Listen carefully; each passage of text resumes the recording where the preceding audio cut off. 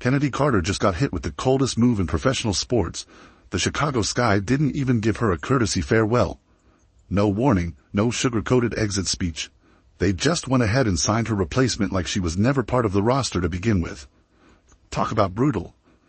Was this a calculated front office decision or a direct message that Carter had worn out her welcome? Carter just got served a reality check hotter than a mid-July afternoon in Chicago.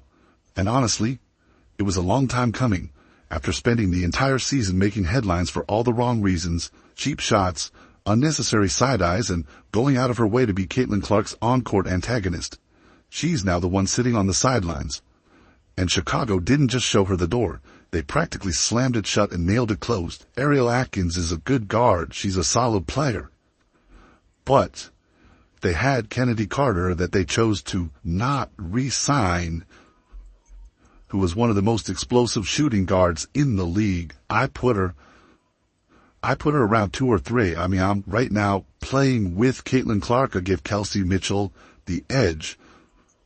Right now, I think Chennedy Carter is a better shooting guard than, say, Sabrina Nescu, Kelsey Plum. So, I mean, she's right up there. Enter Ariel Atkins, a well-respected high IQ player who knows how to contribute without stirring up unnecessary drama. While Carter is left wondering where her WNBA future stands, the Sky have already moved on, wasting no time in securing someone who actually adds value to the team. And the fans? Oh, they're divided. Some are celebrating like Chicago just won a championship, while Carter's loyal supporters are calling foul, acting like this was the biggest injustice since WNBA refs started ignoring blatant fouls on Caitlin Clark. But let's be real, Chicago made their stance crystal clear. They didn't just quietly part ways with Carter. They made sure there was no room for interpretation, bringing in a seasoned player before Carter could even try to fight for her spot. That's as direct as it gets, and really, can anyone be shocked? Carter spent the season embracing the role of the villain instead of focusing on actually making her team better. The unnecessary antics, the lack of professionalism, it all caught up to her. Sure, some fans ate up the drama, but WNBA franchises aren't casting for a reality show. They're trying to win basketball games. It's a mad one for me, because I'm like, if this was a year ago, fair enough. But like the Sky were willing to take her in. And look, I get it. Maybe she wasn't the greatest in the locker room, but she was really good at basketball. Meanwhile, Atkins steps into Chicago with zero baggage and all the right intangibles. She's the kind of player who elevates a team without stirring up controversy. She plays hard, she plays smart, and, imagine this, she actually respects the game. That alone makes her an instant upgrade. And while Carter's diehard fans are out here crying foul, the reality is simple. If you can't be a team player, you won't have a team for long. The Sky saw an opportunity to strengthen their roster and eliminate unnecessary distractions, and they seized it. No hard feelings. It's just business.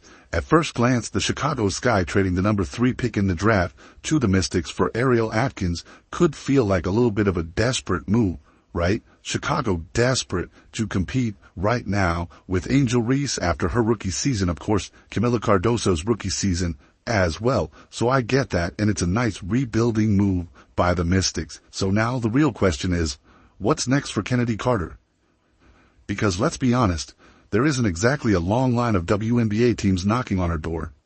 She may technically be a free agent, but that doesn't mean much if nobody's willing to take a chance on her. After all the controversy she stirred up last season, franchises might not want to deal with the baggage that comes with signing her. This isn't just about talent. Carter can hoop, and that's never been in doubt. But being a professional athlete is about more than just skill. It's about attitude, discipline, and understanding that basketball is a team sport, not a one-woman show. Right now, she's looking more like the player everyone avoids picking in a pickup game.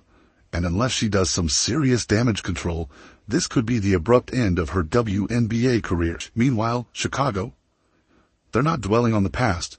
They've moved on, with Ariel Atkins in place and a renewed focus on winning. Carter, on the other hand, is left wondering where it all went wrong. Spoiler alert. It wasn't just one thing. It was an entire season's worth of poor decisions. Chennedy Carter didn't just lose her roster spot. She turned herself into an untouchable free agent, with not a single team willing to take a gamble on her. And can anyone really blame them? After spending the season trying to turn Caitlin Clark into her personal punching bag, both literally and figuratively, she's now facing an off-season filled with uncertainty. Instead of preparing for the 2025 WNBA season, she's staring at an empty schedule. And to think, this all could have played out so differently. Maybe if she had focused on her actual game instead of trying to make a statement at Clark's expense, she wouldn't be in this mess.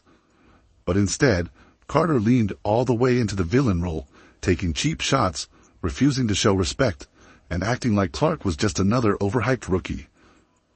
Now, instead of guarding Clark on the court, she'll be watching her from home, remote in one hand, phone in the other, scrolling through WNBA highlights that no longer feature her. The saddest part? This downfall was entirely avoidable. Rivalries are a part of sports, but the great ones always knew how to toe the line between competitive and self-destructive. Carter, however, went too far. She wasn't just aggressive during games, she carried that same reckless energy into interviews, social media, and every public interaction. And now, with no team willing to give her another shot, she's learning a brutal lesson about what happens when you prioritize pettiness over professionalism. The ultimate irony. Caitlin Clark, the same player Carter tried to belittle and humiliate all season, is thriving. Not only is she firmly established as the WNBA's biggest star, but she's also breaking records, securing major endorsements, and preparing for what could be an MVP caliber season. While Carter is dealing with the silence of a phone that isn't ringing, Clark is gearing up to take her game to even greater heights. Carter's options are now extremely limited. With no WNBA interest, she's left with two choices: either take her talents overseas, or step away from the game altogether. And let's be real, once a player leaves the WNBA, there's never a guarantee they'll return. Front offices have long memories, and Carter's reputation isn't exactly screaming second chance. This isn't just a minor career setback, it's one of the biggest self-inflicted collapses in recent memory. She had the skill, she had the opportunity, and she let it all slip away because she was too focused on tearing someone else down instead of building herself up. And now, the league has spoken loud and clear. There's no room for that nonsense. So, while Caitlin Clark is out there dropping dimes and making history, Carter will be stuck watching, reflecting, and, hopefully, learning the hard truth. Respect matters. Talent alone isn't enough. It can open doors, but character is what keeps them open. And unfortunately for Carter, she may have slammed hers shut for good. Chicago Sky fans are talking like the championship parade is already scheduled. Confetti, banners, and with Angel Reese now in the mix, their hype is through the roof. They're acting like they just assembled a super team overnight. But let's slow down for a second. Sure, the Sky might be improving, but they've got a massive roadblock right in their path. The Indiana Fever. And you know what that means. Caitlin Clark is coming. The first game of the season is already set, and Clark is about to put on a show. Chicago can add as many new faces as they want, but none of them come with the game-changing abilities Clark has. That three-point shot, still lethal. That court vision, still unmatched. That ability to make defenders look like they're playing in slow motion. Oh yeah, still there. And let's not ignore the obvious. The Clark-Reese rivalry is back, and the basketball gods made sure this matchup happened early and often. 5 times this season to be exact. Their college and rookie year battles were must-watch TV, and now the stakes are even higher.